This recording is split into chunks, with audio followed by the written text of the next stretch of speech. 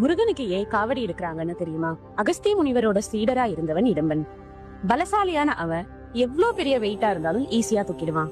முனிவரோட வழிபாட்டுக்காக கைலை மலைக்கு போய் சிவன் சக்தியோட சொரூபமா இருக்கிற சிவகிரி சக்திகிரிங்கிற மலைகளை ஒரு பெரிய மூங்கில் குச்சியோட 2 பக்கத்துலயும் கட்டி துலாபாரம் போல தன்னோட தோல்ல தூக்கிட்டு வந்தான்.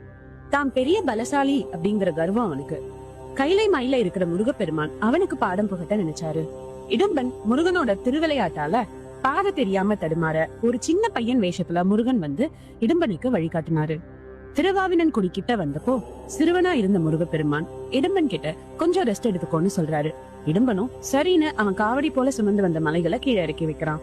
மறுபடியும் காவடியை தூக்க முயற்சி பண்ணா அவனால அதை அசைக்க கூட முடியல.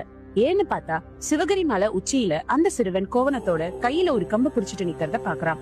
பயங்கர கோவத்தோட இடும்பன் அந்த சின்ன பையனை பார்த்து மலையில இருந்து இறங்குன்னு சொல்ல அந்த பையனும் இந்த மலை எனக்கே சொந்தம்னு சொல்றான். கோவத்துல இடும்பன் அந்த சின்ன பையனை அடிக்க போக சின்ன பையன் உருவத்துல இருந்த பகவான் முருகன் இடும்பனை புடிச்சு தள்ள அவனும் கீழே விழுந்து மயங்கிடுறான். அகஸ்திய முனிவரும் இடும்பனோட மனைவியும் முருகன் கிட்ட மன்னிப்பு கேட்க முருகப்பெருமான் இடும்பனை மன்னிச்சு தன்னோட காவல் தெய்வமா மாத்திக்கிறாரு. இடும்பன் 2 மலைகளை தூக்கின அந்த நிகழ்வை நினைவுபடுத்தும் விதமாதான் மனிதர்கள் முருகப்பெருமானுக்கு காவடி தூக்குற பழக்கத்தை கொண்டு